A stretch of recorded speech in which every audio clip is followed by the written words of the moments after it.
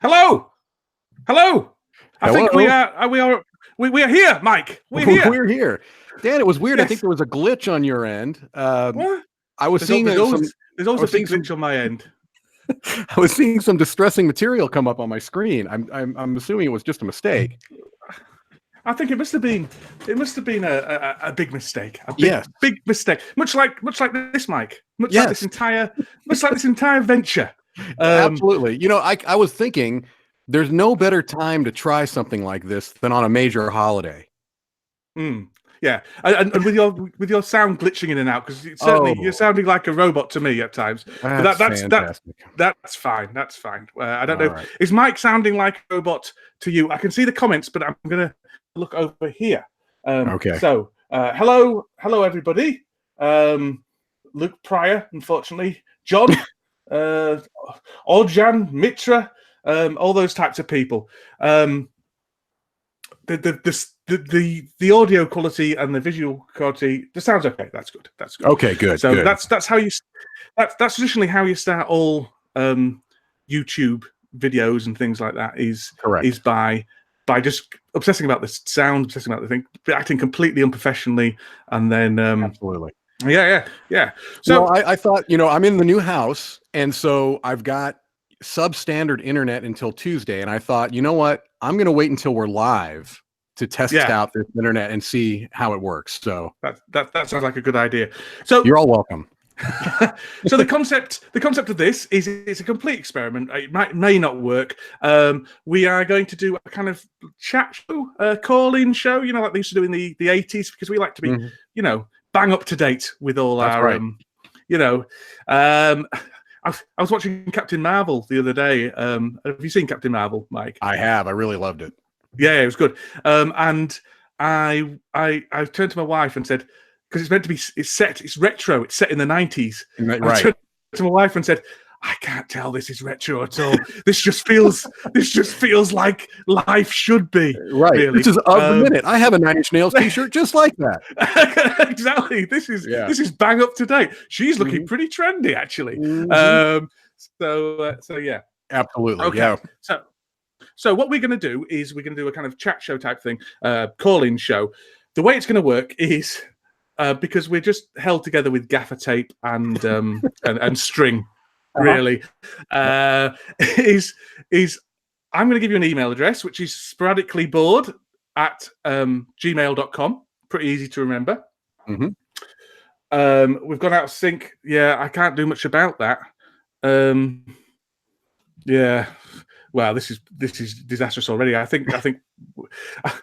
Anyway, the out of sync meaning that they're getting. I've got delayed no video, and I've got no idea. The problem is we can't monitor it. Until we see it at the end, we won't know. So It's going to be a call-in show where you're going to email us your email address if you want to come in and talk to us at sporadicallybored@gmail.com, and then when we're ready for you to come on, we will email you back. It's up to we could be faxing, but we're emailing. That's how we'll email you back a link. All you do is click on that link with your microphone plugged in, your headphones on ideally, and if you want a webcam on, although it's not necessary, but it is nice to be able to see you. Sure. Right. Okay. Sorry. I'm distracted by the comments. No, that's okay. That's good. Make sure that everything's okay. I was just going to say that it may make the process go quicker if when they come in with their question on email, if they sent their bank information as well. Yeah. That'd be nice. Yeah, the bank information, social security number, mother's maiden name. If you could put all that information in. So I'm going to press send because I've got the first caller lined up already.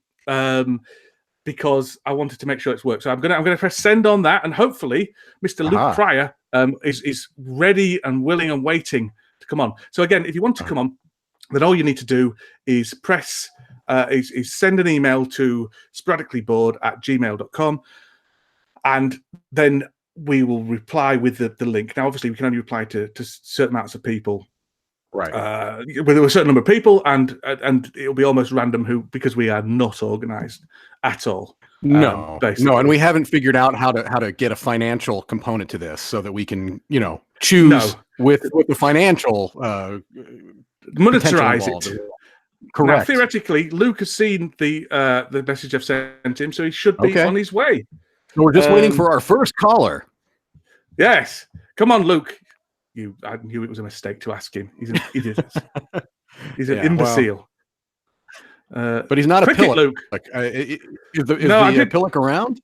I did try and get the pillock, but he couldn't get his technology to work, and I didn't have the time to guide him through it.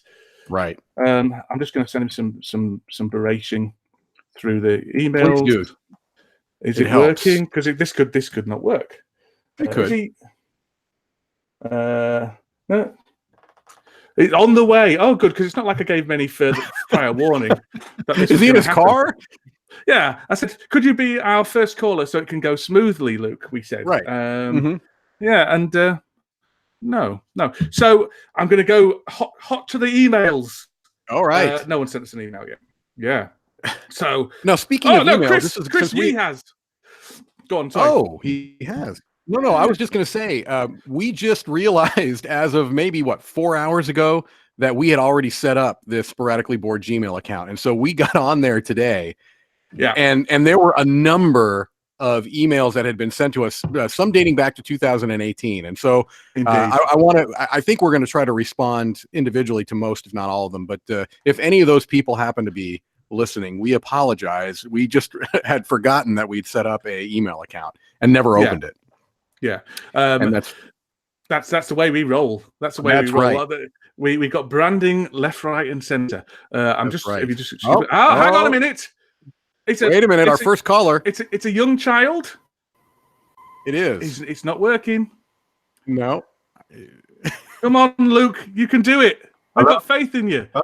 Wait a minute. I hear something. No. He's muted himself. Now, don't be surprised, Luke. You may have gotten confused like I did. If it looked, there you are. Oh, he's there. He might have got confused like I did. When you first look at it, it looks like your microphone is turned off, but actually it's on.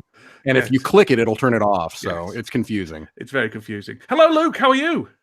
Hello. I'm very well. Very well. How are you, gentlemen? We're fine. You promised us a video, not I'm just child. Hang on. Why is my video not working? I'm staring at my webcam. Did you click the that little hang on camera button? Hang on. It's seamless. This is seamless. Yeah, this is working even better than we had hoped. Yes. But Matthew Jude's here as well, and he's witnessing. It's not our fault, Matthew. It's Luke. He said he had a. He said he had a webcam. I've done bugger all wrong. So anyway, we won't bother with Luke's video because my video will turn up soon enough, I think. But yeah, carry on. Okay. One of the topics we were talking about in the last podcast, and so we thought we'd talk about this time is relationships and friendships within gaming, so we thought, just to start things off, we can talk about anything really, but just to start things off, we thought Luke might want to. Have you got anything to say on that topic, Luke? Sorry, could you just say that again? You glitched out there for a second. Sorry. This is a nightmare. This is a nightmare, guys. What? Tell us something about board game relationships, you idiot. Well, right, okay. Well, what do you want to know about board game relationships? I mean, I met you via board gaming, which is unfortunate in many ways. Very unfortunate. It got me to Mike, which is what I really wanted. Indeed. I don't know. How did you meet Dan, Luke? Was it at a convention? I presume it was at the Dice Tower booth at the UK Games Expo. It was probably the first time we sort of shook hands and met. I would imagine. I think it was. Yeah, I seem to remember you running up to me and saying, "I'm such a big fan." I've always admired you. You stood next to Z, and you obviously thought I was talking to you, but that's what a lazy eye does. You know, I mean, I might have looked like I was looking at you, but you know, the glasses have corrected it all now. So yes, we met briefly at the Dice Tower booth, but we didn't really bond, did we, Luke? Until I invited you to to stay at my house? No, I mean, I knew certainly, obviously, more of you than you knew of me. Yes, I just knew you as the Dice Towers butler. The butler, as I have been referred to by other Dice Tower contributors. Yes, but you were someone who has struck up relationships with a lot of people internationally just by saying hello to them. You're good friends with Tomsy and Sam, without being a content creator yourself. So you're one of the little people, as I said before, and you're also completely. Yeah. And you're also friends with the Secret Cabal as well. You chat with them and you play games with them online and things like that. I struck up a chat. I think it was one of the podcasts with the Secret Cabal. Brian said, if anyone wants to game, give us a shout. And so I gave him a shout. I'm one of those people. I'll talk to anyone. Sometimes I regret it, but I'll talk to anybody. We, I used to get.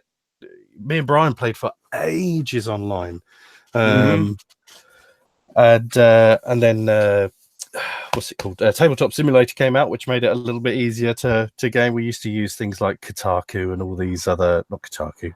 I mean, there's various websites that you can game online with, and obviously loads of the apps that have come out now. But and then I can't remember how I got talking to Chris, but I just did, and then he said he was coming over to the UK for a trip. So would I come and show him around London, which I did. Exactly. You dangled your tourist guide credentials in front of him. No, he asked for them. I was quite surprised when he came to me, more really than anything. Probably because usually the other way around. But how easy do you? Sorry, how easy do you find it actually chatting to people while you're playing an online game? Because I don't like the concept of online games. I don't think it's. Yeah, I don't like playing on it either. Board games on the computer. So do you find it quite easy to do that? Yeah, I'm one of those people. I could talk and take my turn and stuff like that. I don't care. I mean, but then board games are they're completely a social thing for me.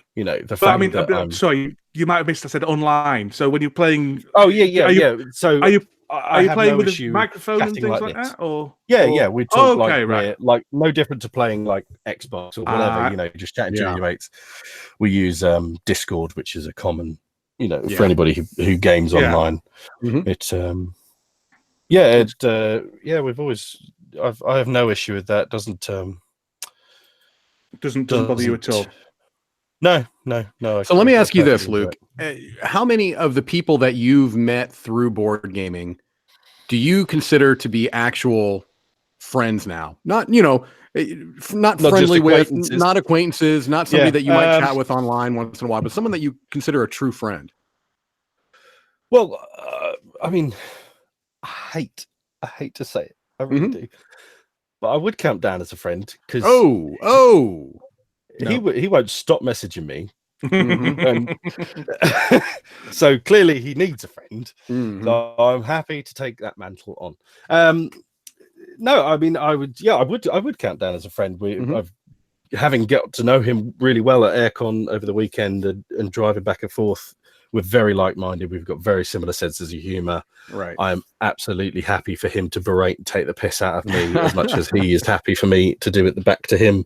Sure. And that's very much like my friends anyway. So someone like that, I'll gravitate to very quickly. Dan, I would obviously, Brian and Chris, I definitely count as friends, because I tell you how I know if I count somebody as a friend is more that if we do chat online, if they are from other side of the Atlantic or wherever they're from, we won't necessarily be talking about board gaming. We'll just be talking and chatting about this, that, and whatever. If our conversation always comes back to board gaming or is always around board gaming, then that's what will dictate whether they're sort of more like a work colleague than a friend. That's very much like it's like with me and Mike. I mean, we are very laser focused on board gaming, and we very rarely talk about anything else. We never stray from the point. Never. No, we are always on topic at all times. Yes. So we've had you, Luke, and part of the part of the skill of a calling show DJ or whatever you want to call us is the ability to get rid of the boring people. You're gonna hang up on me, aren't you? Yeah. So I mean, we've got a few people who've emailed in. So are you all right? Have you got anything else you want to mention, or can we go on to Mr. Chris Yee?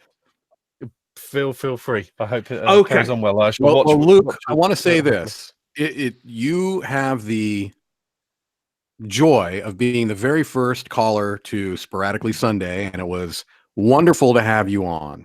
It was mildly enjoyable to be on. Thank you. Indeed. Next time, you like the question. And the webcam turned on. I don't know why it's doing that. I gave you the option to test this first. You should know better than that. I was at work. Okay, so I have now sent an email to Chris. The email address, if you want to come on, is sporadicallybored@gmail.com. That's the name of our podcast as well, coincidentally. All you need is a microphone and ideally a webcam and some headphones, but I think those two and an internet browser open. If you're on an iDevice or something like that, then it may be a little bit trickier. Chris is here! Quick, get rid of Luke. He's here, but I still see Luke in the car. It's because he's loitering. I'm going to eject him. Watch. Kick him right out. He's gone. There we go. Yeah, let's out with the old and in with the new, Mr. Chris Yee. Hey, I've never been described as new. I'm kind of with Dan stuck in the 90s. Captain Marvel was very comfortable for me. Yeah. Now this is interesting. Let's make this comparison. With Chris, we have a mellifluous, beautiful voice, a video picture to die for. Yeah. Let's just, wonderful. As we get going, we're going to get just better and better and better. We had to start with Luke, right? Yeah. So the only way is up. I'm just going to... People are asking what the email address is to email in, and it's sporadicallybored@gmail.com. It's not hard, guys. It's not hard. SPORADICALLY. No space, just sporadically bored. That's impressive. I've never been able to spell stuff out like that. I always have to write it down. But I mean, as I've mentioned before, I am actually dyslexic, so that's probably why, because I've got a learning difficulty. So I think that would legitimately keep you from being able to do that. Yeah, it's almost the definition of it. So I've just typed it in. So Chris, it seems like I was only just talking to you yesterday. I guess that would be technically true, but no one else is going to know that for about a week. That's right. I recorded a podcast with Chris yesterday. Is it edited yet? No, not at all. No, I went to sleep shortly after you did. So outrageous. And I mean, that's outrageous. Dan would have had it. Dan would have had it edited and put up within 25 minutes, maybe. Oh yeah, 20, 25, 15 minutes. Although we recorded on Friday, and it's going to be not released till Tuesday. So that's a very long tail for us. Although but Saturday. We released Saturday on the Maple Loaf Report show. Look at it. Did you notice him put that plug in there, Dan? Yes. I did. That's a professional. That's a professional. It's because nobody knows who I am. So. Well, you're on Sporadic Sunday, so everybody knows who you are now. Sporadic Sunday. That's the actual name for the show, huh? Yeah, that's what we're going with now. Yeah. Someone's asked if it's always going to be on a Someone's asked if it's always going to be on a Sunday, and we've got no idea. You're asking us like that. It's like we plan stuff. You know what I mean? Right. It's. I will tell you this: if it happens to be on a Tuesday at some point, we're still going to call it Sporadic Sunday. Indeed. That's I would expect no less from you. So, Chris, you were telling me yesterday that no one has yet heard that you are an extrovert. How do you find making friends in board gaming?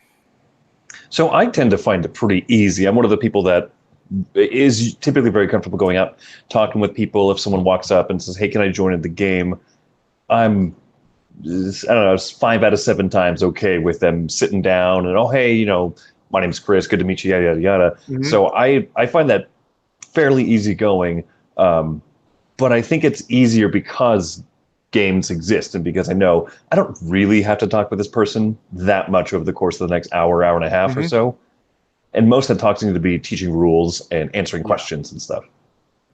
Let me ask you this. How many, and I don't need a strict number, but has it ever happened to you where you're gaming with somebody that you've never met before and the personality of that person and yours really clashed and you had an unpleasant experience strictly because of the personalities that didn't meet up? So most recently, I was at a board game cafe in town, and I was teaching a couple of people Gizmos, which I love that game, right? I've played it a lot. I'm very good at teaching that particular game. I'm 2 minutes into the rules explanation. This guy comes over and he says, "Hey, you mind if I join in?" He seemed socially off and very abrasive of a personality all around. And I said, "That's fine. Yeah, that's fine. Take a seat." And so I start teaching the rules again. I'm 2 minutes back into it. And he says, no, I think that's completely wrong. And he grabs the rule book out of the box and starts to just read through it. And it's for one of the main mechanisms of the game, cards can trigger other cards. He's like, "I don't think that sounds right." Doesn't sound right. I'm a very outgoing and forgiving person. I haven't really played another game with him, but it's also been like a month. So I don't know. I'm willing to give people the benefit of the doubt. I think, especially as Dan and I have talked, that not everyone socially is socially on par. This could be a good learning experience for some of those people. And so as an extrovert, I feel like I can be the person that can do that, give people second chances, be willing to have people sit down, but I don't expect everyone to have to be that person. Not everybody has to be that ambassador person for a board game. Right. Yeah, I was just trying to picture, had Dan been in this position of you and this had happened. Now, I'm not saying you'd have just been off the rails, but I don't know if either you or I would have had I don't think I would have had a lot of patience for that. I actually have an incredible amount of patience in certain circumstances. And I probably suddenly would have gone into professional mode and managed the situation as I would do a very aggressive or obnoxious patient rather than my worst board gaming experience is when we were playing not Revolution, what's it called? Resistance. I mean, there you go. You don't even have to finish. I don't even have to say anything else.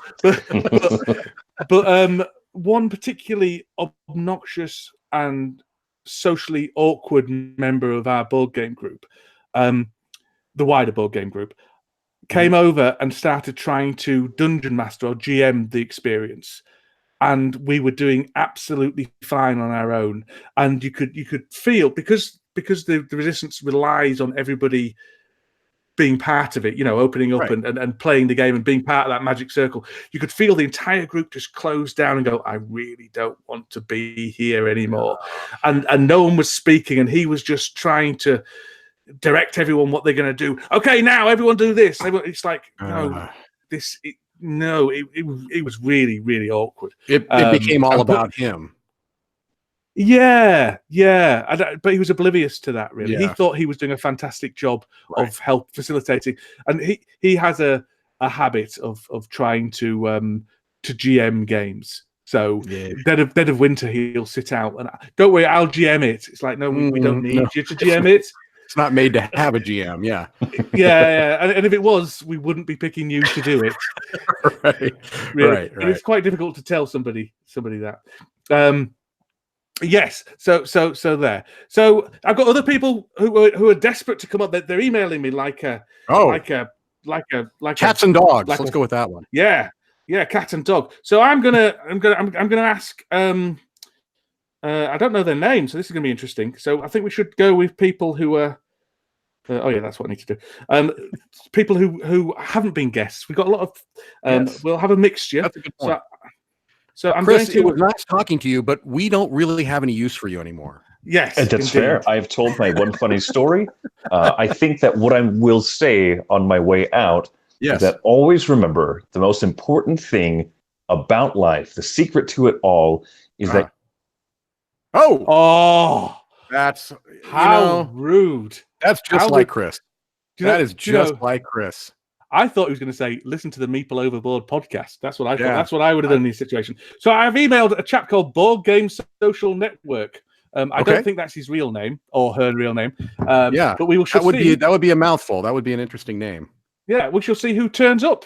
Okay. So if your name is Board Game Social Network, and it really is, then I'm impressed. But also check your emails, because I've emailed you a link theoretically. Oh man, we got Matthew Jude emailing us as well. That's a disaster. Now is my audio getting a little better for you? It's glitchy for me, but I don't know how it is for the wider population.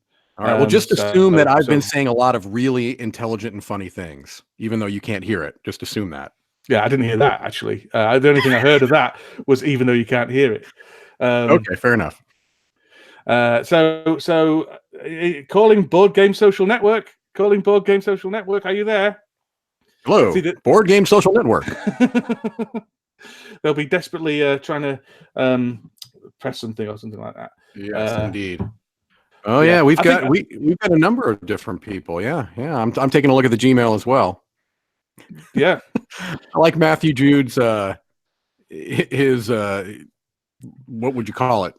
The subject line. Yes, like kill all humans. Yeah, kill all humans, I like the lack of faith he has that anyone's actually emailed us as well. So that's that's very. He's like, I don't really need to talk to you, but just in case you're desperate, feel free to. Do you know we're very, very popular on the internet? Many would call me an internet titan, and I've heard it said. Mike my sidekick. So that's lovely, Dan. Yeah. No, I think I'm the solo guy. I hear that once in a while. Right. I hear the sad, lonely gentleman. I hear that from time to time. Yep. I might. I don't know whether we should give Board Game Social Network up for a bad job. I'll email him again. I'll just say. While you're doing that, Dan, I'll tell. No. I want to read out the email to everybody else. So go on, Karen, you go on. Oh, I was just going to say I don't know if this is going to show here, but this lovely Sporadically. Have you seen the poster, Dan? Oh yeah, well I've seen. Yeah.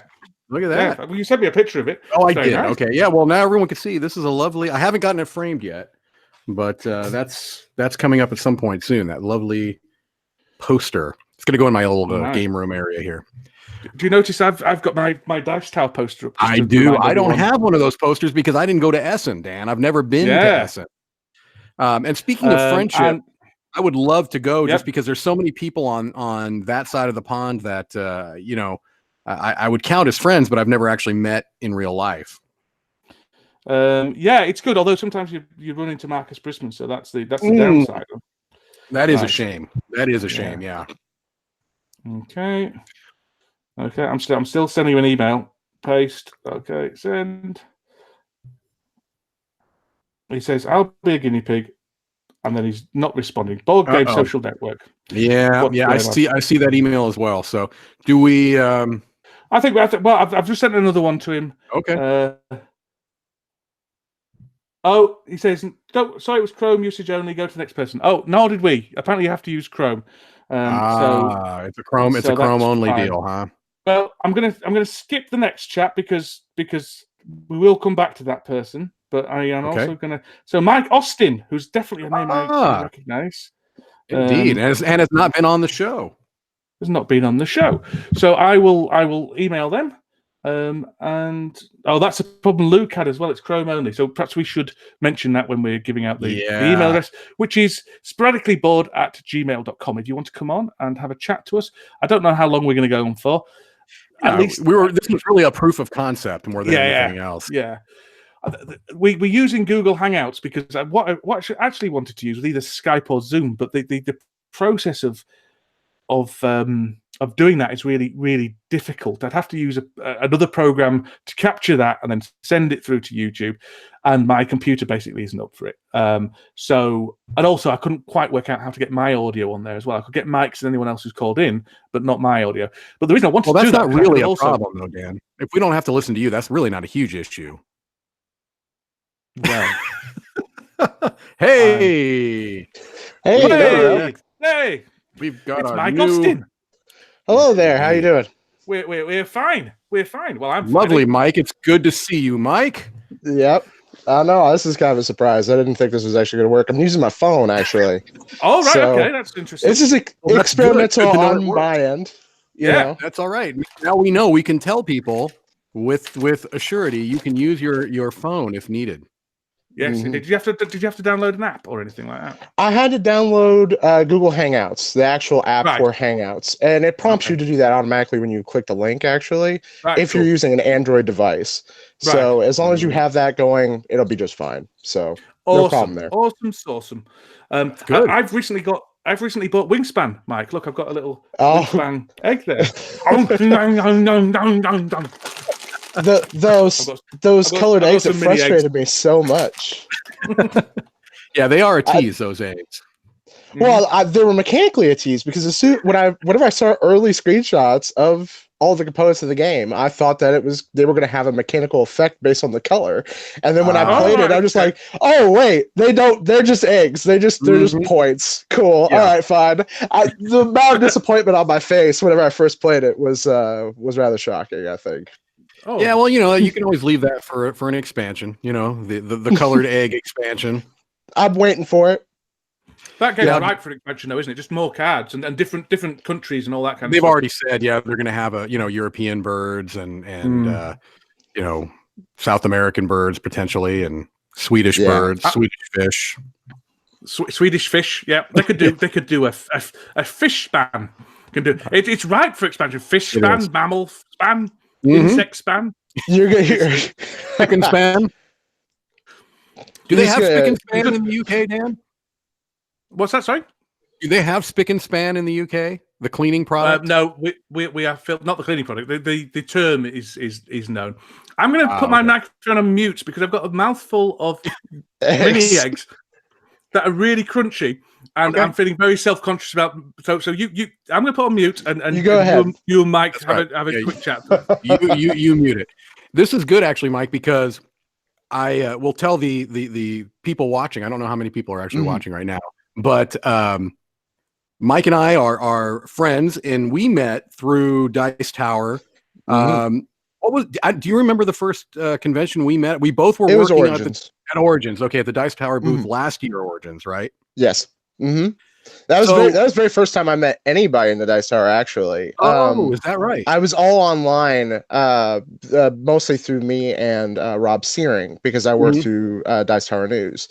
Right. And I had just emailed Tom and said, hey, I would love to come and help, volunteer at the booth. And he gladly accepted it. And I was very grateful for it. And I remember the entire time I was preparing to travel up there. I was just anxious as all get out, meeting all these people that I'd seen, through videos and various stuff like that, interacted over on email. And a lot of them didn't know me at all. Sure. And I had no idea what was going to happen. And it was a very much of a windfall experience for me socially. And in what way? Because board gaming as a hobby was always something that was not just serving for me, but also my friends here where I live. And I didn't have a lot of outreach outside of my local network. And so whenever I actually went to Origins and I met everybody, that just mushroomed out to making friends with a broader range of people. Yeah. And now, like, for example, now whenever I think about going to Gen Con this year, I'm not thinking about going there just to get the new games. I'm thinking there to see my friends. Right, right. That's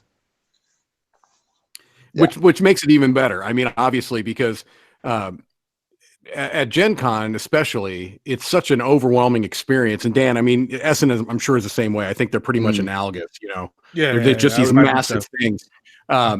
Really, the only respite you get from that is being able to kind of find your friends, and a lot of times just stepping out of the convention center is the only time that you get a chance to actually get any interaction, because in the midst of it, it's just complete madness, Yes. But that, it's interesting you say that, because I want to say, I'm trying to remember if I had met, I think some of the Dice Tower people at the previous year's Gen Con, but there were some people I met at the first time at Origins too. And you, of course, that was the first time I met you there. Yeah. And it is, I mean, it is a real chance to make some friendships that go beyond, board gaming. And so that, I mean, I think that's for sure. I suppose any hobby is that way, but I almost wonder if board gaming being an inherently social hobby makes it so that perhaps, again, I keep using rock climbing as an example, but any type of hobby that maybe is not centered around people interacting in a shared space, I almost wonder, does that make it more likely that you meet friends? Well, you have to interact, don't you? That's the ultimate thing. Right. You have to interact in a board game. And you've also got, and I keep saying this, but you've also got a structure around which there are rules and it's almost a ritual. There are ritualistic ways of talking to each other, which you can slip into and feel comfortable with. Right. So it's a very, very easy way to meet people. I mean, and not just media people either. I mean, the reason we're all saying we met the Dice Tower people and that kind of, because that's the kind of world that we all know each other from, which is why you're watching this, because you know us from all these worlds and stuff like that. But I've also met loads of great people who aren't media people. They're the people that I will really miss not seeing at Dice Tower Con when I don't go this year. Excuse me. So I think everybody can have that experience of the con thing. I mean, I think not the biggest mistake, but it is a mistake not to try and play some games with at least a few new people. Because I go to cons in the UK with a knowledge that people I know and game with are going to go along as well. But it is nice to be able to play some games with some people that are on there, friends of friends, or walking past and all that kind of stuff. I think it's good to try and get that experience in a con, because otherwise you might as well just be staying in your own board game group, really, might you? Yeah, right. Yeah, and that actually reminds me of something I wanted to ask you. I've never asked you this before, Mike, because I guess I haven't thought about it till just now. But that's fine. You had mentioned that this over maybe the last year or so, because we're almost up on Origins again, which is amazing. It's kind of broadened your base of people you interact with. Has that changed at all your experience with your local group? In other words, I mean, does it feel less insular now, or do you just find that does it change the way you interact at all with the people in your local group, or not at all? Not in a great deal. They see everyone that I've met as sort of an extension of friendship. Basically, they see everybody as a future opportunity. For example, hold on for a second. My headset fell out there. Sorry about that. That's all right. But they see everything. That's the pain of having like earbuds. I hate earbuds, by the way. This will be fixed in future, I promise. Anyway, they say everybody in Indianapolis that I've met and made friends with up there. They see everybody as like a future opportunity that I would like to meet these people. Mike's talked about them. They seem like really great, chill people to go play games with, and that's largely the effect it's had. The only other problem with that, of course, is a lot of the people down here, as I've mentioned with you before specifically, this is very personal, but it's a matter of everybody is moving.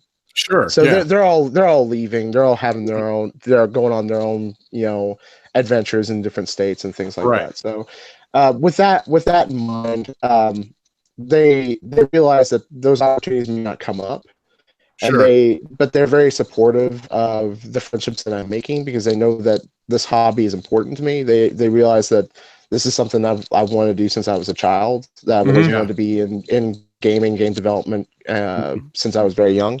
And so they're very happy that I'm able to make a lot more friends within this industry, because I've devoted so much time to it. So it's interesting you saying that kind of brought something to my mind, and I don't know if this has ever happened to you, Dan, or to you, Mike, but I found that I was putting a little bit of pressure on myself, and I was feeling a little bit I don't even know how to describe my emotion, but I had a relatively regular local group that I played with. Yeah. And as I got more into the media aspect of things, just by its nature, I started to interact with a larger group of people. And some of those people turned out to be local. And I didn't even know this at the time. And so I found myself getting invitations, and I there's no way to say this. I'm really not trying to sound, like I'm everyone wants their game with Mike, but I did start to get a lot more invitations, and sometimes it would conflict with other game nights that I had kind of regularly had. And so this became something, and I still haven't completely figured out how to manage this. I don't know if I'm doing a very good job at it, but I have found that because I'm not extroverted, so I tend to find groups of people that I'm comfortable with, and I have to force myself, to go into other groups. And I've found that I've got this really odd situation where I feel like I am not giving enough of myself to any of the groups, if that makes sense. Have you ever had a situation like that before? Or my problem is often that I have a group of, I have a wide board game group with a noble order of board game gamers who are the group I can attend every Thursday and go to, and that's fine. And then I have a group of I'd say about 10 people who I would love to play with more regularly. Who they're my favorite people to game with. They're people I consider as friends as well as, fellow gamers and all that kind of stuff. But the problem with having 10 people who all know each other, who all enjoy playing games with each other, is most games only play up to 4. Right. And so you're inviting 3 people around to your house to play a game, and consciously you're thinking, man, I hope those other guys don't hear about it and feel left out. Yeah. And it's not because you don't want to play games with them. It's just you can only play games with 4 people, and I haven't got a big enough house to have a game night where everyone comes. So party games are garbage. And party games are garbage. That is right. So that's what I find really difficult. In that I'm playing a game with a group because I know I felt a little bit left out when I've heard that people are playing a game without me. I'm thinking, I'd really quite like to play that, but I do understand why it happens. But it's really, really tricky. It's something I feel quite a lot of guilt about, and sometimes don't do it in secret, but there's a kind of attack, implicit agreement amongst everyone that you're not going to talk about this game particularly, because you don't want Mike the Pilot Pool to find out about it, or Fiona the Trenchcoat Smith, or whatever. Yeah. Now we're going to have to come up with one for Mike. Yeah, what's that? I was trying to think of a nickname for Mike. What was the name of the Lee Majors, the $100,000 man? What was he called? Steve Austin. Mike. Oh, Steve 316. Austin. Yeah. Well, that's a different Steve Austin. That's a wrestler. There was a sorry. No, you're right. But of course, Stone Cold was what I knew whenever I was growing up. Everybody was wrestling fans when I was growing up, and so everybody was like, we're old men, Mike, and your reference is a little bit more in line with the current culture. Mike Bionic Austin, that's what he is. There you go. There you go. Bionic Man. There you go. If it's okay, is it okay with you, Mike? I think I'm going to move on to the next caller. Is that okay? Oh, absolutely. Go ahead. No, thank you. Thank you for having me on. And good luck with all this. This is working out, I think, awesomely. I think this is a great experience. It's interesting, isn't it? I don't. Yeah, it's interesting. It's a lot easier. Yeah. Okay, so I'm gonna page Mr. Brisman now. My brother from another mother. Paging Marcus Brisman, but you're more than welcome to stick around, Mike, until the incredibly handsome man turns up. You'll get booted out unceremoniously. It will just cut. That's right, and it'll probably leave a nasty message as it's doing so. Oh, you can't. No, I thought you'd gone. Oh no, he's still there. Oh no, I'm still here. The only thing I guess, while we're waiting around, just to kind of come back onto that topic that you brought up, that question, Mike, was whenever we jokingly actually talk about the same thing, sort of that Dan was mentioning. Like if I hear that somebody else is playing something, I'll like with tear emojis say, "Hey, well, how dare you play this without me? I thought we had something special," and we'll do that sort of thing. But we acknowledge that we have to. We've had a good.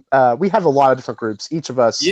have all kinds of different groups that we split off, and we try to spend equal amounts of time with. Right. And so we all understand that, you just have to wait your turn for things. That's just a thing. It's just something we got used to over time, I guess. And at the same time, a lot of my group is admittedly spoiled. They're not board gamers per se. They play them with me, but that's just their way of spending time with me. It's not to play the games. It's just to spend time with me, and they know that they're going to get that time at least once a week or however long it takes. So. Yeah, that's true. There is a lot of that joking that goes on in the Keep Gaming Indie Discord channel. We'll kind of taunt, playfully taunt the others about, who's playing this game, and there's a fair amount of that going on. But it's not mean-spiritedly, and the fact that you joke about it shows that there really is an underlying element of, man, I'd love to be able to play with everybody all the time. Every time there's a gaming event, it's not possible. There's only so much time that you have in a day. So I do. But yeah, you're right. Steam games as well. So, like, for example, if I see someone playing something that I really wanted to, like Risk of Rain 2 came out recently, and I really wanted to play that with a buddy, and I made that same joke of like, how dare you play that without me? I really wanted to do this. Right. But no, it's all good fun. And he knows we're going to play it at some point in time in the future, so it's not right. Deal. Exactly. I don't know where Marcus Brisman is. All these people. I tell you, they're chomping at the bit to get in, and then we give them the link. And then I've given him a link. I'm saying we've given them the link, and they continue to spurn us. I think what Marcus is trying to do. I think he's trying to build anticipation. Is what I think. Oh, here we go. Oh, you see, there Mike, he is. It was wonderful to talk to you. Thanks for coming in, and we will hopefully talk to you again soon. Okay, have a great day. Don't you dare hang up before I can boot you. Hang on. Let me give me the satisfaction of booting people. Get out of here! Yeah, go on, mate. Off you go. Yes, the power. I tell you what, Dan, you are a wicked, wicked, wicked puppet master. How are you, Marcus? I'm fine. Can you hear me fine? Yeah, loud and clear. Mike the Pillock Pool. Is it too loud? No, you're fine. No, you're fine. Mike the Pillock Pool asked me what drink I was drinking. I'm trying to keep half an eye on the chat, which is very difficult because it's over there. So I apologize for that. I did ask Mike to do that because I was handling the emails and things like that, but he refused. I'm just saying. I have to get an iPad to be able to do that. I'll do that the next Sporadic Sunday. Do that next time. So I'm drinking Goose IPA, which is I think it's a pretty much a. We have that over here. Yeah, exactly. The reason I'm drinking beer. But the reason I'm drinking it is it was the only beer that was even half acceptable to me available in the petrol station because all the shops are shut today because of Easter Sunday. Right. Thank you very much for everyone turning up as well. Because it is Easter Sunday, and I appreciate you may have family to do. So thank you for everyone for watching. It's been fun so far. It's about to get worse because Marcus is here. That's right. And if you couldn't come on this time because it's Easter, hopefully you'll come on our next episode on Christmas. So, yes, Christmas, Christmas Day, just as your kids are opening the presents, and we'll demand, we'll say, we'll go live. Yeah, if you were a true friend, you would come on. I've got a message as well from Board Game Social Network. That's all. I refuse to call him Dean now because that's his name. So we'll have him on deck. So stand by, Dean. Because Matthew Jude's not answering my emails either. Idiot. That's ridiculous. Bastards. It's not right, is it? So yes. So right, Marcus. Yes. Have you got what anything do to say you have to contribute to the show? Yes. Yeah, well, I just visited a board gaming convention or a gaming convention basically over the weekend. It's always over Easter here in Sweden, and so I was thinking about the people you meet there and the acquaintances you have from going to conventions, and there are a lot of people that I only meet there, and I only meet them once a year at that convention, but there's still people I really like meeting. Yeah, and it's I think it's a strange sort of friendship, but it's probably the games that bring us together, like you've been saying all along, basically. But I think it's a strange way that you can I think it's about with all hobbies basically that you can find a common interest and then you just do that, and that brings you friendship. And I think it's interesting. Do you feel a pressure when you go to a convention like that? Do you feel a pressure to game with those people that you only will see that once a year over people that that you maybe game with on a more regular basis? Maybe a little. I feel more pressure to meet everyone and just to say hi to everyone and just check them off the list, basically.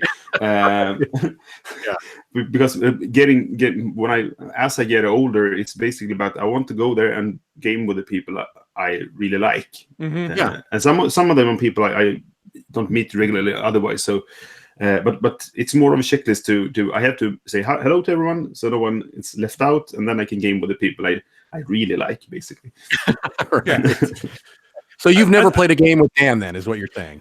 I haven't, actually. No. because there's very little opportunity. Because the only time I've run into Marcus is at Essen, and there's very little opportunity to game at Essen.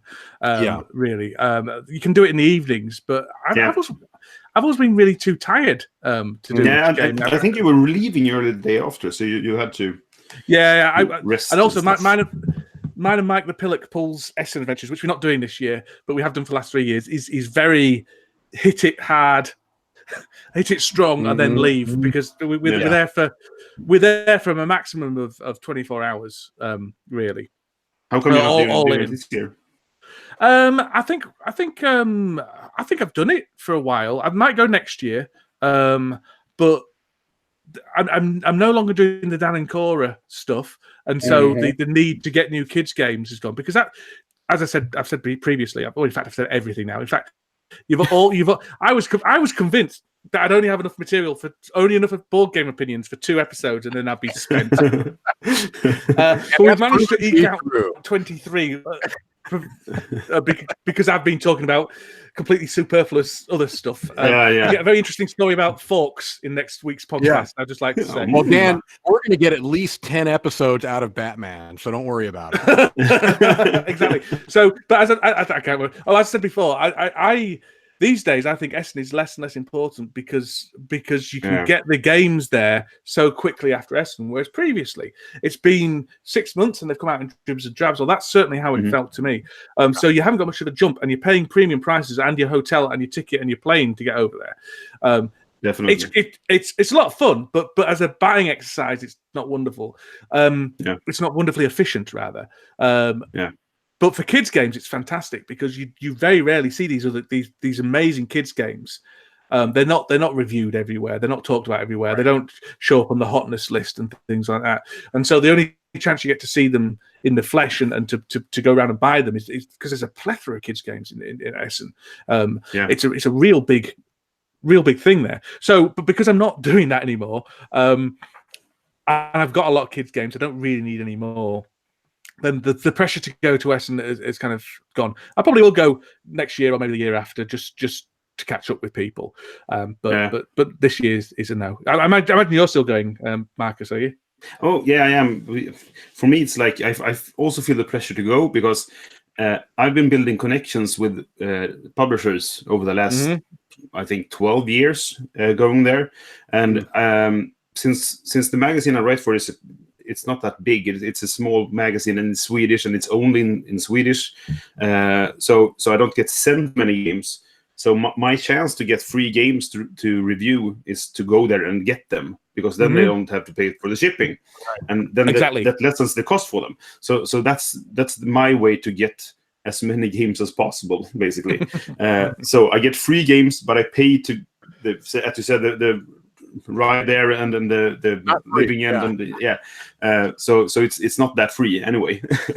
And then I have to do the reviews and stuff like that as well though. So that's the pressure I have to go there, basically. And I think it's a fun thing because I get to meet friends as well. Yeah, well, I remember because I met you at Essen. Well, I've spoken to you online and things like that, but the first time we met in person was Essen, and it's a bit of a nightmare to coordinate meeting up. And I'm sure it is in the same in Gen Con. It's meet me by this stall. I'm going to be there at this time, and then you're pushing through everyone thinking I'm going to be late for this, and the signal's bad because everyone's using their phones. So it's really tricky.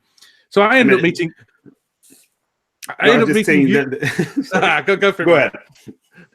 I'm gonna go. I remember meeting you and the other person I was desperate to see at Gen Con at Essen at the same time, because the other person that was there was Berkey, Kevin Burke. Yeah. Burke, whatever his name is, Burkmeister, who is one of my favorite people in the whole world for various reasons. He's been an incredibly kind man to me, and I love that man. But yeah, so and then you kind of in this kind of weird thing. I want to talk to you, and I want to talk to you, and we were talking, and there was the designer of Nations as well, who is a 20-foot giant. Yes. I'd like to point out. How tall do you think he is, Marcus? Oh, I'd say he's over 2 meters. That means nothing to me, Marcus. Speak English. 800 feet. Perfect. Okay. 800 feet. That's right. He certainly looked like 800 feet. I'm not a short man, but I was like, oh, you're a big boy. You're not tall, man. I mean, you're tall too. Yeah. That's what I'm saying. I'm 6'2". Right. He must have been at least 6'8". I'm guessing maybe a bit taller. He was a big chap. Wow. And I didn't tell him I didn't like his game either. So that was good. Nice to meet you. I hate your games. I was taught it badly by Mike the Pillock Pool. There you go. There you go. Really, honestly, we can do a whole episode on games that have been ruined by Mike the Pillock Pool. Well, I've tried to get him on again. He's refusing to come on. He says he'll just sit it out this time. I can't see why. Yeah, I can't see why. I might berate him again, but I might invite. Hang on a second. I'm just gonna message you. You don't go anywhere, Marcus. But I'm gonna message Mr. Matthew Dew to see if he's willing to join us briefly, not for too long, and then we'll get to you, Board Game Social Network. If you want to come on. We're still probably going to go on for at least half an hour, I'm guessing, because I'm enjoying myself. Are you, Mike? It's tedious at best, but we'll keep it going. Yeah, it's only tedious while Marcus is here. If you want to come on, then just email us at sporadicallyboard@gmail.com. We only have 2 more people in our queue, so we will probably get to you.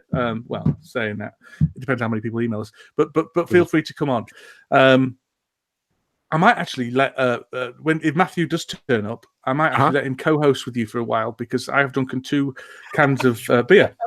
And I'm not saying what the results of that are, but I might have to put my microphone on mute and check where my camera's pointing.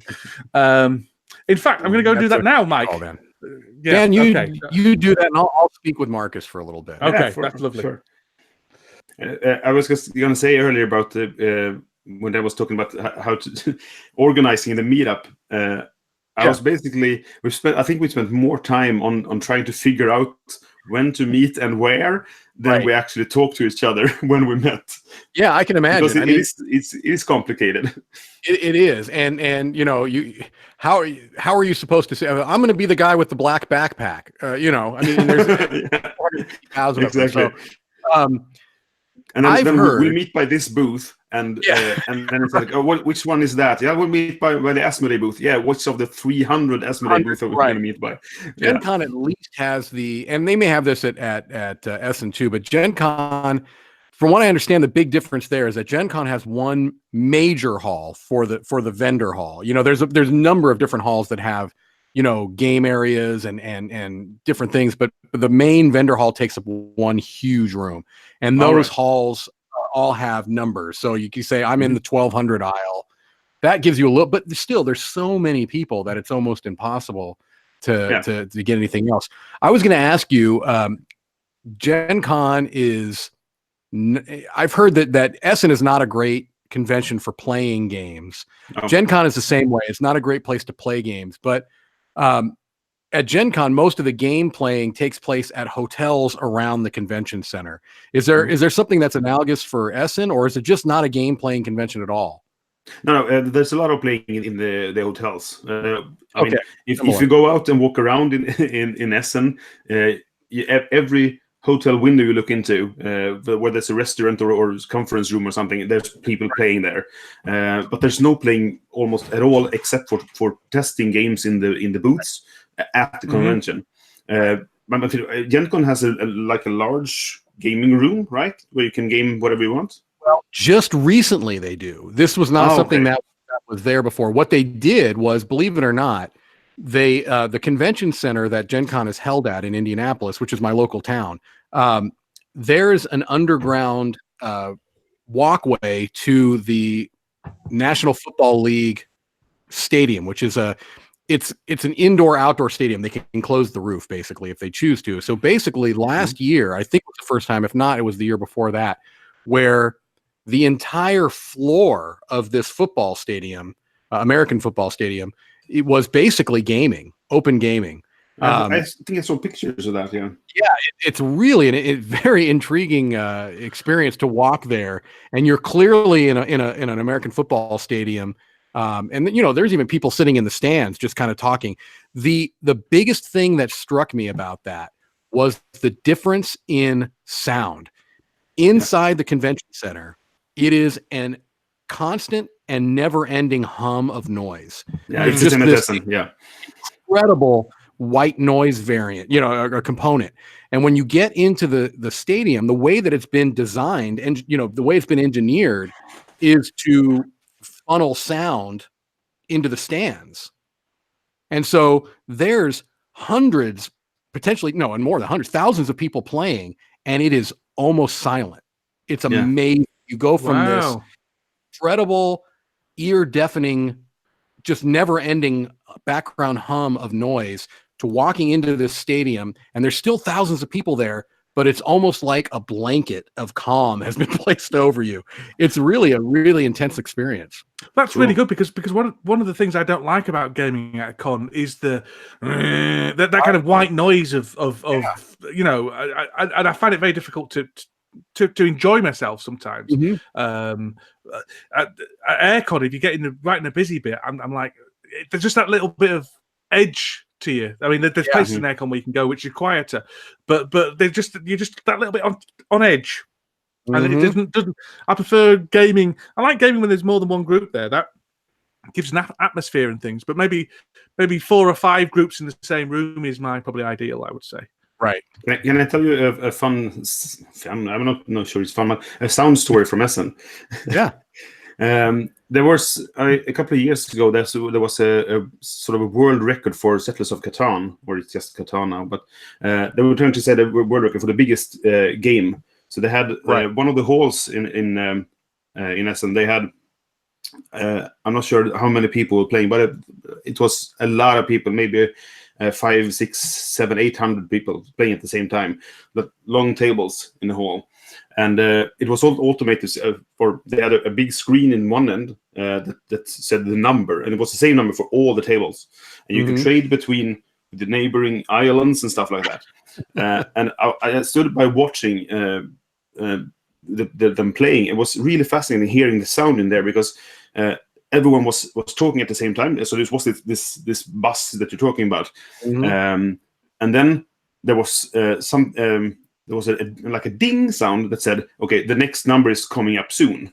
And everything died down. Everything went almost completely quiet. And then everyone was looking at the screen. And then there was another ding, and there was like 8 on the screen. And the sound rose again. Wow. And then there was trading. The play was for, I think they had a minute and a half or something like that. So it was this like rise and fall, rise and fall. It was really fascinating, just standing by and listening and watching the hustle and bustle. Right. Yeah. Interesting stuff. Just hearing that. Yeah, you absolutely. Oh boy! All right, there goes the neighborhood. There goes the neighborhood. I have opinions too. I'm talking now, Matt. You shut up. Everybody, listen to me. We've got an international incident happening here right now, live. You've got dressed Matthew for it. That's good. That's true. I'm dressed. I'm here. I've got a cough. It's great. Oh, that's lovely. That was my fault for sending Matthew the wrong link because I foolishly copied and pasted something else onto my clipbort. So that's why I've been furiously looking down at my phone. You might want to clear your history. You might want to clear your history depending on what Dan sent you. That's right. Matthew, hello, and Marcus. Could you just stay on the line? Stay on the line. What? Sorry. Can I just make an observation? You can. Yeah, it seems only me and Mike are real board game media personalities because we have walls of games behind us. I'm not as chill. That's the thing. All right then. Just there. Those are paints and stuff. Oh yeah, they're over there. All right. They're all paints. I'm a miniature painter. That's what I am. Pick a lane, Dan. Get in one hobby. No. One hobby. That's right, Dan. Come on. This is ridiculous. God. Painting. Right, I'm gonna boot you, Marcus. Okay, are you ready for this? Right. Here is my boot firmly up your posterior. Get out of here! Yes, that is so satisfying, and I'm not even doing it. It is satisfying. No, I'm just wait till I do it to Matthew. That's what I'm waiting for. Oh, I may have to. I'll let myself out. Thank you. No. I was gonna say he's gonna preemptively get out of here. I think. The ironic thing is that they can just click on that link again and come straight back in. So I'm hoping nobody actually works that out. Otherwise, we're going to be absolutely swamped. Well, here's the thing, Dan. They don't have to work it out. You just let them know. So there you are. Okay. How are you, Matthew? I haven't talked to you for a long time. You've been in hibernation, it almost seems. I have a little bit, yeah. I've been hiding out, getting away from it all, playing games. Have you really been getting away from it all, Matthew? Or is it just... I mean, have you really been making an effort to kind of get off the grid a little bit? No, do you know what? I'm just not a very social media person. Yeah, I kind of come up. I think sometimes I lurk. I'm always in the background of every pertinent Facebook feed, every Twitter conversation, all the drama. I'm there in the background, typing a message that I later delete and don't send. That's probably saved you a lot of problems. I just lurk. I just. Honestly, every single time I write anything on Twitter, I just think, no one cares about this. I'm not going to... I think I looked at how many tweets I've tweeted in my lifetime. I think I've got like 130 tweets or something like that. Let me ask you this. Replies. Do you... And only, of course, answer to your comfort level. How differently... Yeah, right. We're breaking out the base here. How differently do you... Because you also will tweet on the This Game Is Broken account as well, correct? That's me sometimes. Now, do you really delineate a lot between your personal account and the This Game Is Broken account, and in what way? If the worst decision I ever made was accepting friend requests on Facebook that were people I didn't know. Yeah, I've been doing. Which is not a problem, and it's fine. But it's like the more and more that happens, I look through my Facebook feeds and I go, I do not know who these people are. This is like this. I could be on a stranger's page. Absolutely. And the difficulty with that is that you then find out, because I'm the same way. My Facebook account is no longer. I don't consider it my personal account. It's my quote unquote media type thing account on Facebook. I don't have a personal account on Facebook really. And the issue is that you find out that there's some problematic individual on Facebook, right, that says something abhorrent. Working for someone like Excalibur Games, by any chance. Right, it's like, apparently I'm a friend with that person. Yeah, that happened recently, actually, and people were calling it out and saying, oh, gross, I've got 137 friends that I'm friends with this person. I'm like, yeah, I just accept. I don't do background checks. I don't have time for that. The only vetting I do is I will look at mutual friends, which is very poor. I was going to say something worse, but we're live. It's a very poor way of vetting, but if they're because lots of people like you just press. That's right. Accept. I know. I don't. No. Yeah. My Facebook is people I've interacted with and who I know who they are. I might not have interacted with them face to face, but I definitely know who they are. I have a good idea of their personality, and that's why if anyone's ever friend requested me, if I don't kind of instantly recognize you, I'm probably likely to just ignore the request. And I do apologize if that offends anybody. As I get to know you on Facebook groups and stuff like that, I just think that we've hung out now, and I just feel as though it's rude. At this point, it's rude. You've never been to my house. That's the thing. I've not been to your house. Not invited, Dan. Dan says this.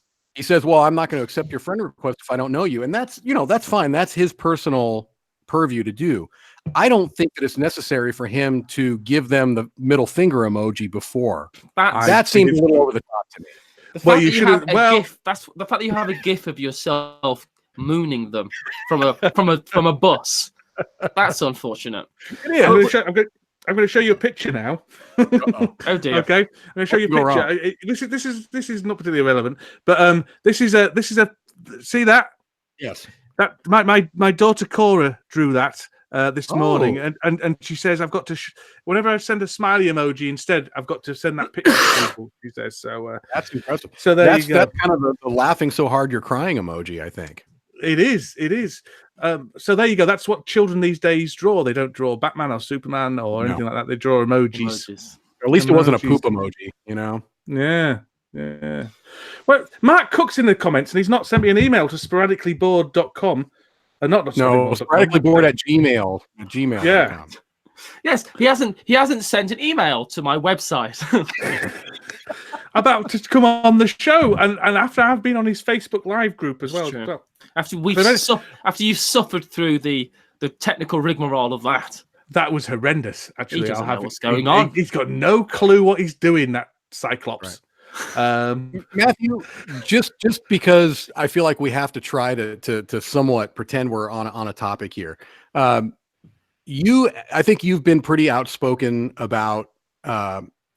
And if you haven't, I feel horrible because I don't want to feel like I'm kind of outing this, but feeling socially awkward sometimes, social anxiety. What are you talking about?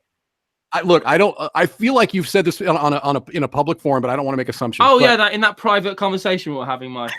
Yeah, no. Yes. Do you ever feel this thing where people? Do you ever have a sense? Because I can speak for myself. I wonder, do people have an expectation on me that I'm a closer friend than I maybe feel, just because I have a hard time sometimes? Am I making any sense at all? I think I'm trying to dance around. You lost me on the arse end of that. But what he's trying to say is, Mike is a nice man. Oh, sorry, Matthew. It's glitchy for me. Mike is a nice man who won't let people know when he's not really liking them. And unlike me, who if I don't like you, you will know. And the reason you'll know is because I won't be constantly taking the mickey out of you. That's how you'll know I don't like you. Also, you change colour quite dramatically as well. I do change colour, and I tend to go whenever I see you. Yeah. Yeah. But yeah. Are you saying, what are you saying, Mike? What are you saying? I guess what I'm saying is, do you ever feel like you have a different sense of a relationship with somebody than you feel like they have with you? Do you, like, maybe someone feels like they're closer to you? Yeah, I thought we were going to get married, but then she dumped me. Yeah, well, so I'm just waiting, you know. Well, the whole thing I was going to say about board games and stuff, that's the thing with conventions that I find is that I do have the feeling where I want to say hello to everyone. I want to play a game with everyone because I don't want to feel like a dick and all that kind of stuff. And I don't know. I just I end up feeling so obliged at board game conventions. I end up not having any fun. And I feel like I have to plan so many little things with people that I end up just not having a good time. And it's like when it's Dice Tower Con, I was like, I've traveled here a long way to come do this, and I've stopped having fun because I feel like I get myself worked up in a way that I feel like I've let everyone down, and no one actually cares. That's the annoying part about it. Yeah, but you know, it's one of those things, isn't it? Well, no, I remember that at Dice Tower Con. Certainly, the second time we went, I think. I can't remember. Anyway, one of the Dice Tower Cons where you wanted to play with the people that you promised some games with people. Some people wanted to teach you their favorite games because you're a well-liked person, and you had to cancel. I don't know why you had to cancel various things. And I remember you've been quite anxious and upset about it. Yeah, it got to. I remember I was meant to have I was meant to play an 18xx game with Ambi and a few other people. Year. And you know what? I had a panic attack, and I thought I can't do this, and I just had to say I'm just really sorry. And that kind of, but yeah, I don't know. I remember just like walking around Gen Con last year and stuff, and there's some times at Gen Con I just really needed to get away from Gen Con, and I was sitting down in the corner and stuff. But you can't escape people, and if you are a Z lister like us. I was trying to escape from people, and then people come over to you and say hello and stuff. But the last thing I'm ever going to say to someone is, "Can you?" I'm always going to be like, "Hey, yeah," but just whatever. Right. Yeah, and that actually is a topic of our next podcast. Is board game celebrity. It is. We do talk about that a little bit, about how the need to be on all the time. And we're not to us. We don't talk about it in our way, but with somebody who actually is a board game celebrity, who actually is a board game celebrity. Yeah, exactly. Right. But also he's very good at managing that as well.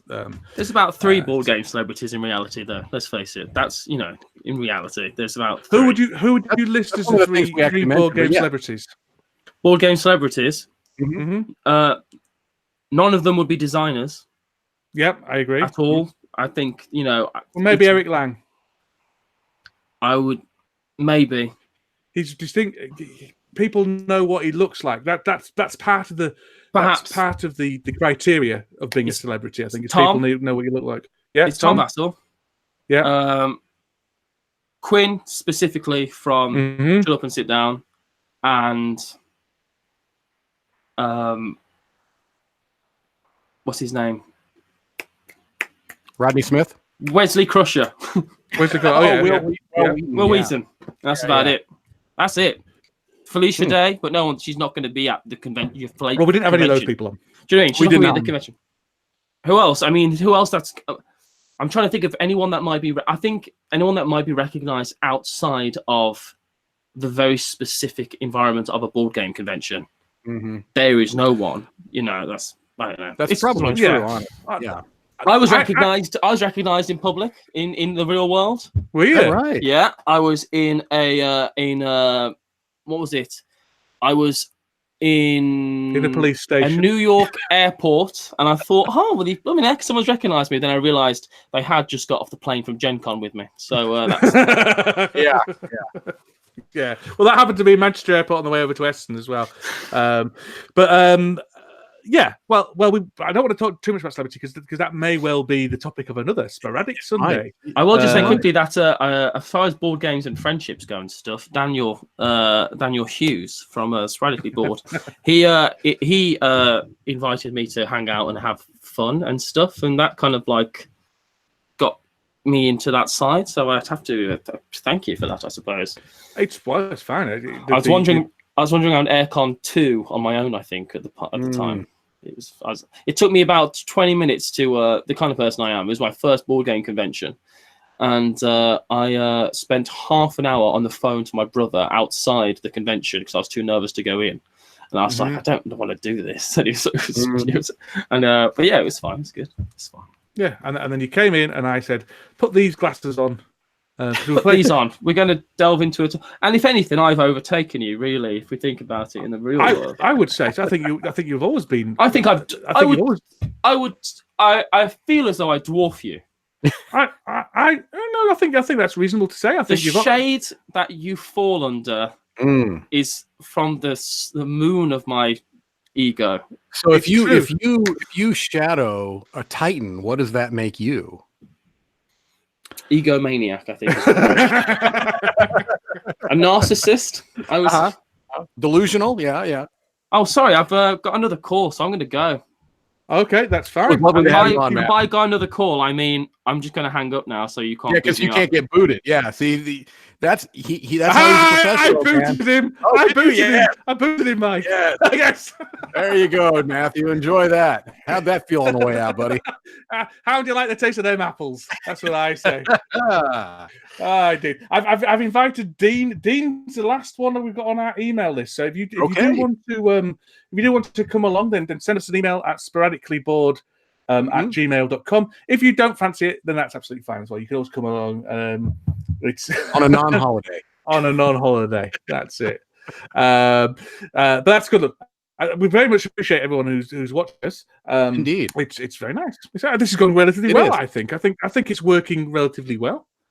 It is, and I apologize if the interplay between Dan and myself is not the razor sharp honed edge that you're used to from the podcast, and I will take full responsibility for that because as I said, my internet here is not great. I promise by the next time we do a Sporadic Sunday, it will be better. I took a risk by recording from here. I'm hoping that the only one that's really being affected is you, Dan, because as always, I really don't particularly care if you're being affected. No, you are cutting in and out, but so was Matthew. So I think it's a symptom of the live broadcasting must take extra burden on the internet and the software and things like that, and B the but yeah, that's a. My internet with A. Yeah, my internet's been funny recently as well. B is unnecessary. You have a good A. Exactly. A B is unnecessary. Yeah, A is that, and B is Matthew Jude sucks. That's my. There we go. Indeed. This has been fun, Dan. I think. Oh, and I think we actually have. Oh, I recognize that. I know the name. Yeah, so we know who he is now. Indeed. It's Board Game Social Network. Hello, Board Game Social Network. He may have to. He may have pressed the button again. I'm telling you, Dan, that's so counterintuitive. That microphone button. It looks like you should press it when you shouldn't. You're right. Is there any sound? Hello. We'll let him tinker with his settings. Yes. You fiddle with your settings. Fiddle with the knobs and dials. And we will continue talking, and you can just as soon as we hear you talk, we'll acknowledge your presence. Yeah. I'm going to go have a look at the chat room. Seems to be just abusing me. Is that right? I feel upset that I'm not able to see the chat. I need to get in on this next time. You can't see it, can you? That's right. No, I can't. Sporadically bored would be much better without Mike. That's one of the things that's there. I doubt that very highly. I don't know about Anthony Lepaglia. He looks more like a turd.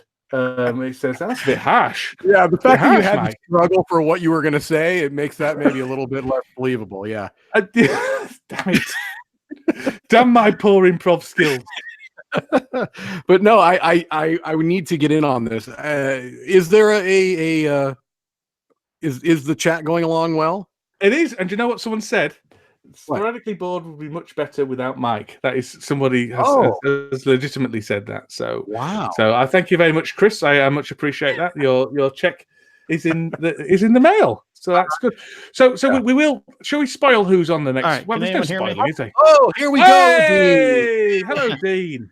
Sorry about that, gentlemen. It helps if I actually turn my microphone on. Yeah, I've found that is helpful. Yeah, that helps to bring that sound forward. Yeah. Yeah. What can you do? What can you do? Have you had a nice Easter, Dean? Oh, well, actually, I am out of town on business, sitting in a hotel room, so I assume my family has. Yeah, that's rough. Do you travel regularly for your job? I do. I'm out of town probably 6 to 8 to 9 months out of the year. Oh, how do you board game? Yeah, really. I go to a lot of conventions. I try to find meetups, where in places where I'm staying. But recently we adopted what we call basically a little local mini con for ourselves. We're 3 or 4 close friends. We get together. We take a week off of work, and we just game. Yeah, we just did one a couple of weeks ago for 6.5 days. Wow. Got a lot of games in. Really tested our friendship over those 6.5 days. And but yeah, that's I enjoy going to cons. I'm fortunate. I live 2 hours from Origins, 2 hours from Gen Con. But you must not be far from me, Dean. No, because you're in Indy, right? Yeah. I'm just across the Ohio border, about 2 hours from Indy. I'm dead on 2 hours from Indy, 2 hours from Columbus. Okay, nice. That's handy. Now, go ahead, Dan. Go on. This is how the podcast usually goes. It's usually just going, no, go ahead. No, and then we can edit it out. Yeah. It sounds like you're a binge gamer then. Only out of necessity, because I'm not a marathon gamer. If I go to a con, I can't game for, if I get three games in a day, I'm pretty satisfied. I'm in bed probably by midnight. I'll be 50 in a couple months, so my marathon days are over. But I don't mind doing a long con, but I will tell you, and this is probably similar for a lot of people, maybe that are more on the introverted side. If I go for a long con, I am wiped out for the next several days after that. I don't want to talk to people. I don't want to see people. I just want to recharge my batteries. Right. So would you consider yourself to be more on the introverted side of the scale? I guess it depends. I mean, I spent a dozen years teaching high school, so I'm used to being in front of people.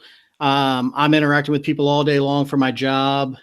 So I guess I can fake it till I make it. Let's just put it that way. I'm naturally probably an introvert, but if I have to do it, I do it. And you know, I've done stuff on the creation side too. So it's besides my children, I mean, like for board gaming, but you know, so it's you know, it's probably like most of us. We just we do what we want to do and put our kind of go outside of the comfort zone because we enjoy doing it.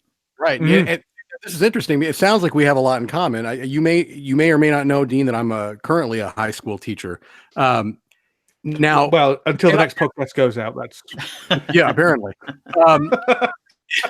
And I was trying to put myself in your shoes. As soon as you said that you traveled 6 to 8 months out of the year, and that you will from time to time find local meetups, I was asking myself, were I in Dean's shoes, how often would I do that? And I do think that just the desire to get that outlet. And now, and I'm a big solo gamer, so I'm sure I would still do solo gaming, but there's still, as much as people want to, assume that solo gamers are not social, that's not necessarily the case.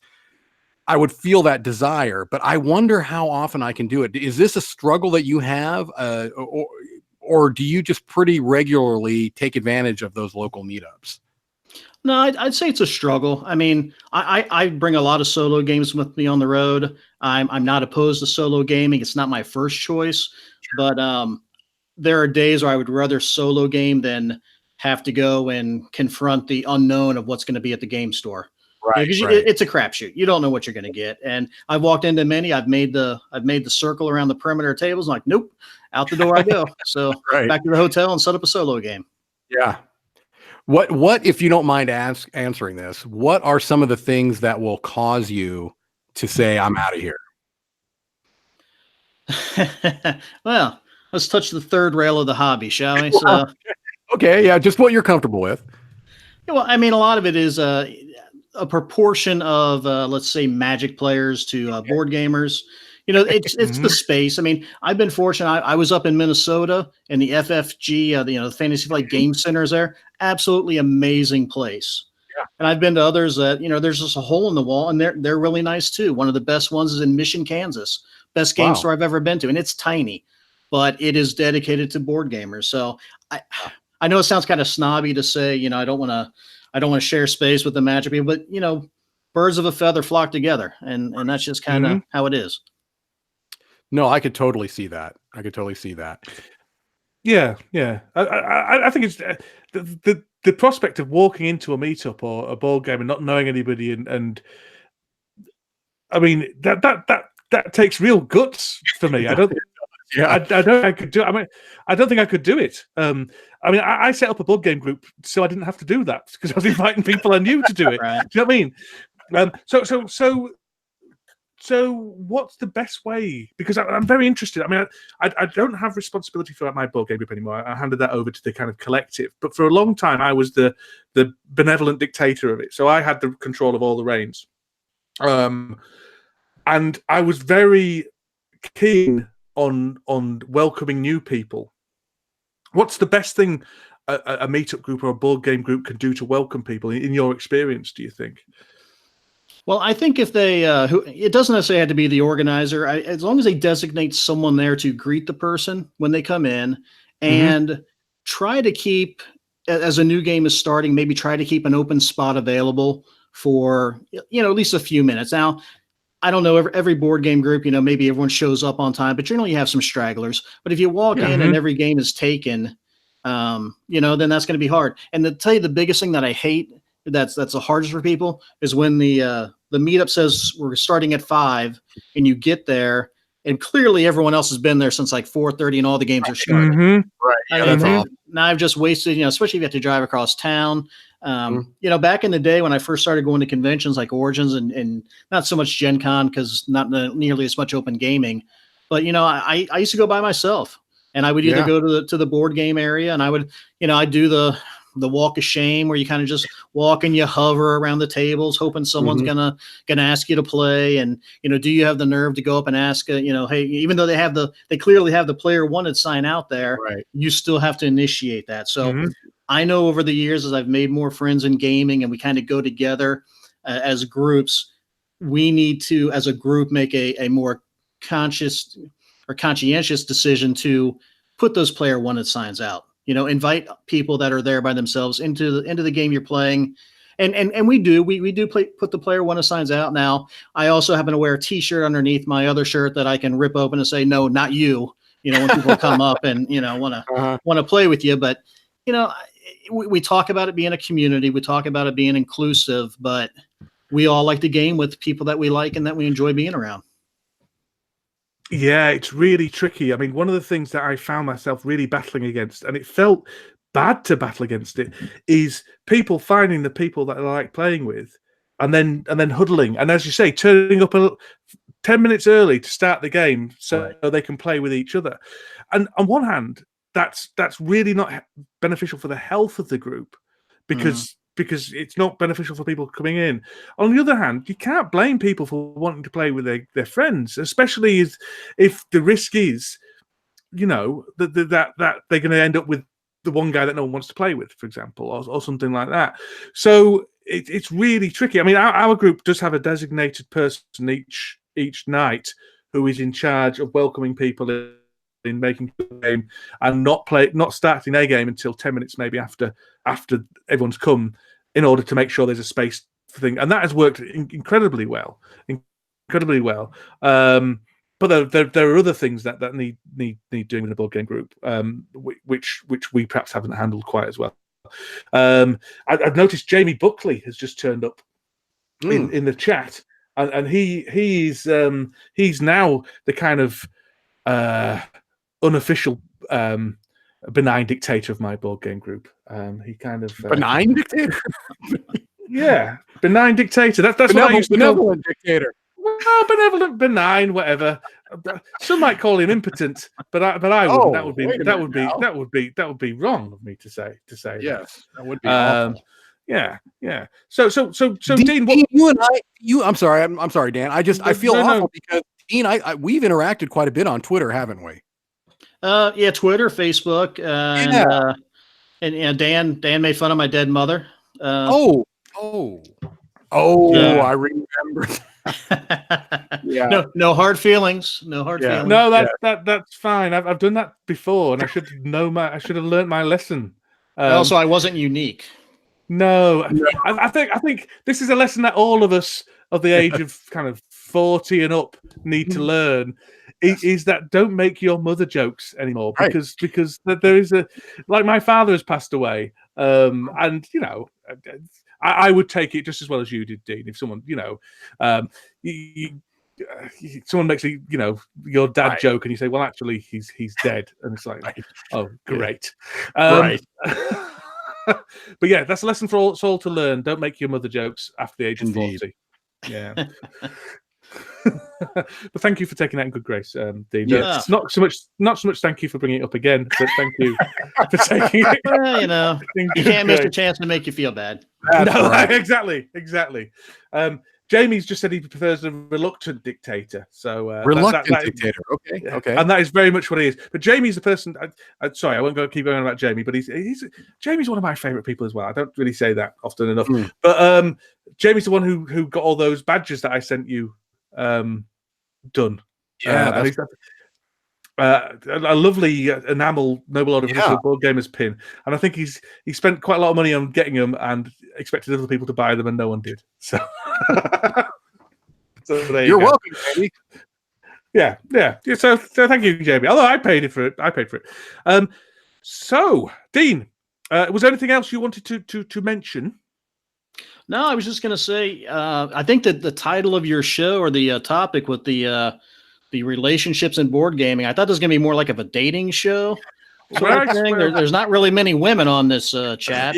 No. Are you familiar with the dating game, Dean? Are you talking about dating game or the crying game? No, the dating game. I'm most about the dating game. Dan, are you familiar with the dating game?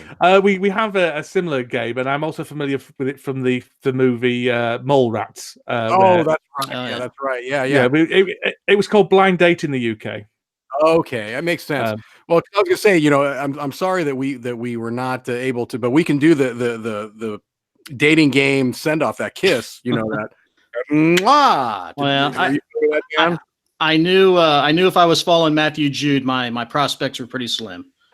This is true. Yeah, Matthew is he's an in-demand young man. A sex pot, I would describe. Well, you could go there, Dan. I wasn't going to say it. I was going to say kitten, but sure, whatever. Yeah, exactly. Dean, by the even presence of your logo, where can people find you on the internet? Well, to be honest, I used my old email. I don't board game. What's that say? Board game social network. Well, yeah, that's his board. But your board game buffet on the thing. So is that? And I should know this, so I do apologize. But is it a podcast? Is it a website or it is? It is a podcast. Yeah, it's a podcast. We've been around for a couple of years now, and it's myself and Graham Anderson, who did the Four Corners of the Board on the Dice Tower Network, and also does some reviews.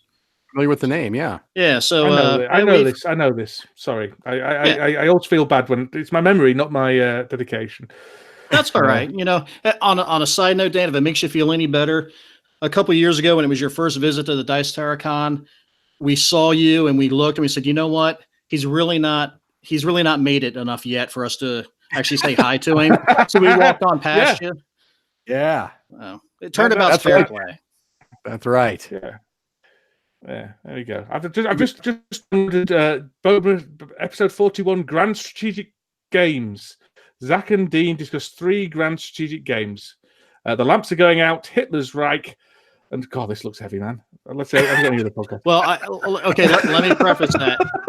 We alternate every other podcast. One is like heavier war games and stuff, and then the others are more Euro games and stuff like that. So because we originally started out as a heavier war game show and realized, hey, no one's listening to this, so we should change it up a little bit. Let's give the people what they want. Wingspan all the time. Exactly. It's the Wingspan podcast. I'm downloading Rococo and Russian Railroad. It's one of those games I love and the other one I hate. So we'll see if you agree with me on those ones. So that's good. Well, that'll be interesting.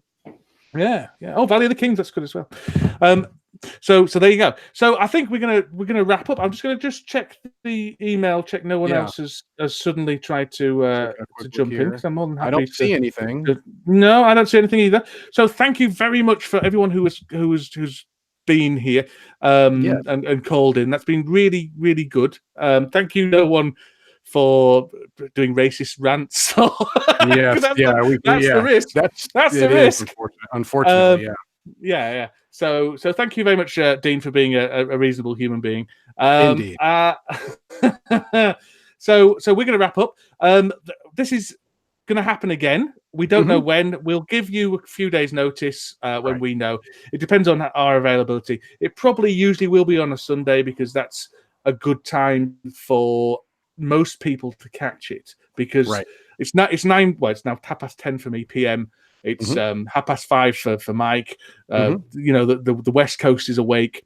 The only people who miss out are the Australians, and we do apologize for that, because we do have quite a few Australasian people listening and stuff like that. So maybe we'll try and aim for. We might try to switch it up once in a while.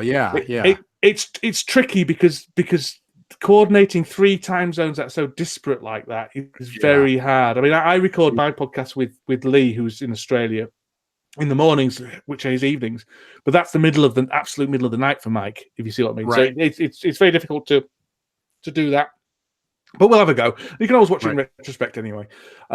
So thank you very much. I'm going to kick out Dean. That's right, Dan. Really quickly before we go, and thanks for coming on, Dean. Thank you for talking to us. I'm going to eject him. Get out of here, Dean! You scumbag! Get out! He's right gone. before Dean was about to come on, you were talking about teasing our next guest. I mean, did you want to do that, or do you want to keep Yeah.